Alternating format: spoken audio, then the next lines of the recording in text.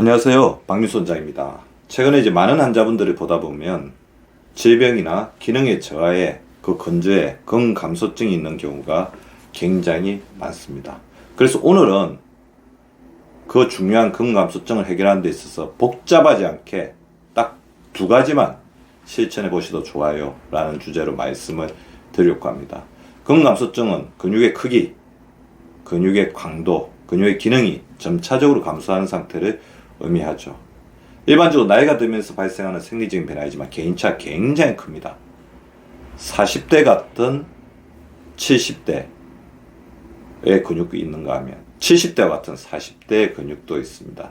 따라서 본인이 어떻게 관리하느냐에 따라서 근육과 근감소증의 도래는 천차만별로 나타날 수밖에 없습니다. 근감소증이 진행되게 되면 신체 기능이 저하됩니다.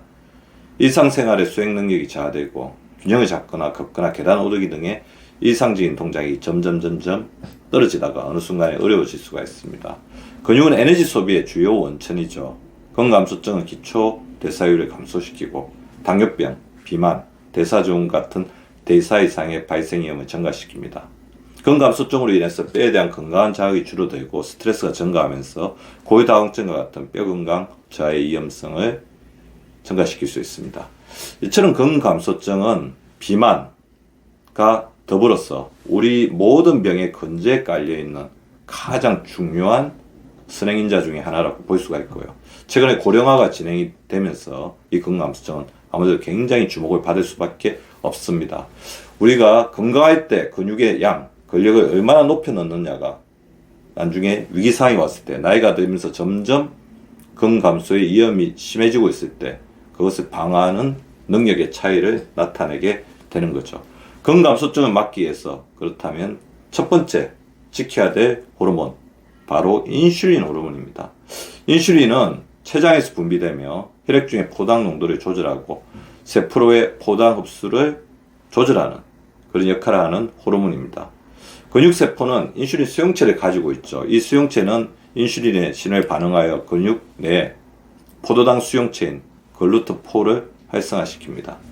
인슐린이 원활하게 작동해야 근육이 자라게 되는데요. 그 가장 큰 이유 중에 하나는 인슐린이 근육으로 에너지를 집어넣는 에너지 관문인 글루트포의 활성화를 촉진하게 되기 때문입니다. 이렇게 되면 근육세포의 표면에 위치한 글루트포가 보다 빠르게 근육세포로 유입시키는 역할을 하게 되죠. 근육의 에너지원, 근육의 어떻게 보면 영양분이 공급이 되는 것입니다. 두 번째, 인슐린이 단백질 합성을 촉진하게 됩니다. 단백질은 근육세포의 가장 중요한 구성 요소이죠. 근육을 성장시키는데 필수 불가결한 역할을 하게 됩니다. 인슐린은 단백질 합성에 필요한 아미노산의 흡수를 촉진하게 됩니다.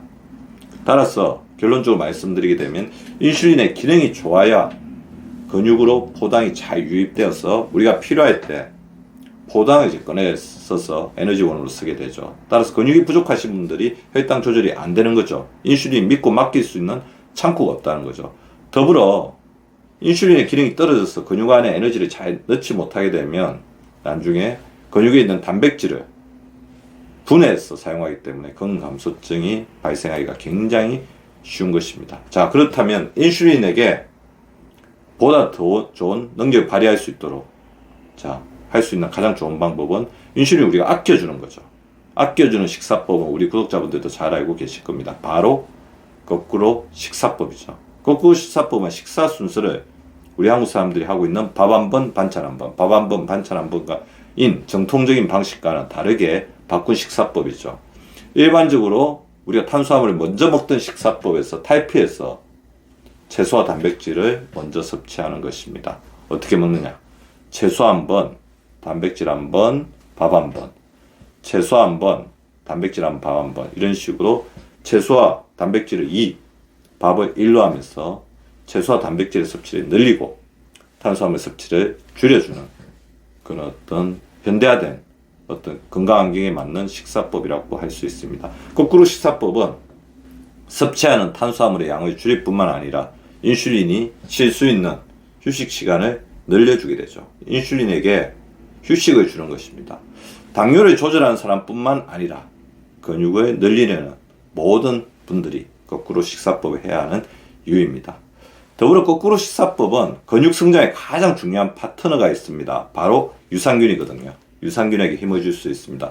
유산균의 먹이가 되는 풍부한 채소를 제공하여 근육 성장의 핵심이 되는 대사화물을 만들어내기 때문입니다. 우리가 핵심적으로 섭취해야 되는 영양소는 바로 유산균인 셈이죠. 유산균은 우리 소화관에서 중요한 역할을 하는 유익한 박테리아이죠. 이 유산균이 식이섬유를 만나게 되면 이 식이섬유를 분해하여 단세지방산이라고 불리는 화합물을 생성하게 됩니다. 자, 근육의 포도당 유입을 원활하게 만드는데 유산균이 만드는 단세지방산이 어떤 역할을 하는지 살펴보겠습니다. 아까 인슐린하고 거의 유사한 구조의 작동을 한다고 보시면 됩니다. 단세지방산은 근육세포에 특정한 신호를 전달하는 역할을 하게 됩니다. 이 신호는 근육세포에 있는 포당 수용체인 글루트포의 활성화를 촉진시킵니다. 아까 말씀드린 것처럼 근육세포의 표면에 존재한 당 수용체로 포당을 근육세포로 흡수하는 역할을 하게 됩니다.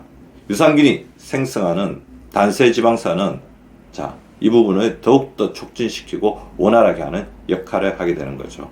반대로 우리 유산균이 식이섬유를 만나지 못하게 되고 우리 장에 어떤 문제가 있어서 발생하는 여러 가지 염증 물질들은 오히려 근육 안으로 우리 포당이 들어가는 것을 봉쇄하는, 막아버리는 역할을 하게 되는, 아까 말씀드린 단세지방산과의 반대작용을 하게 되는 것입니다. 당이 들어오더라도 인슐린 기능이 떨어지면 근육 내로의 흡수가 힘들죠. 근데 마이크로바이옴의 균형이 깨어진 사람들은 엎친 데 덮친 격으로 단세지방산에 도와주는 이런 역할까지 못하게 되니까 근육은 더욱더 기아 상태, 근육이 굽는 상태에 빠지게 됩니다. 다시 말씀드려서 거꾸로 식사법과 유산균과의 결합은 인슐린을 강화시키고 단세지방산을 늘리는 가장 중요한 조합이라고 볼 수 있고, 이 둘이 만났을 때 우리 근육은 든든한 우근을 얻고 든든한 에너지원, 든든한 에너지 관문을 이렇게 개통시키게 되는 것입니다. 유산균을 늘리는 식품들은 뭐 두 가지 정도를 추천드리고 싶습니다. 첫 번째 요구르트죠. 요구르트는 유산균의 풍부한 원천이며 맛도 좋기 때문에 많은 사람들이 좋아하는 음식입니다. 프로바이오틱스가 포함된 요구르트를 섭취하시면 좋을 것 같고요. 두 번째 김치입니다. 김치는 한국의 전통 음식이며 유산균을 풍부하게 함유하고 있습니다. 매일매일 한 덩어리의 김치를 드신다면 소화기관의 건강뿐만 아니라 마이크로바이옴의 균형, 근육의 성장까지도 돕는 효과를 가질 수 있습니다.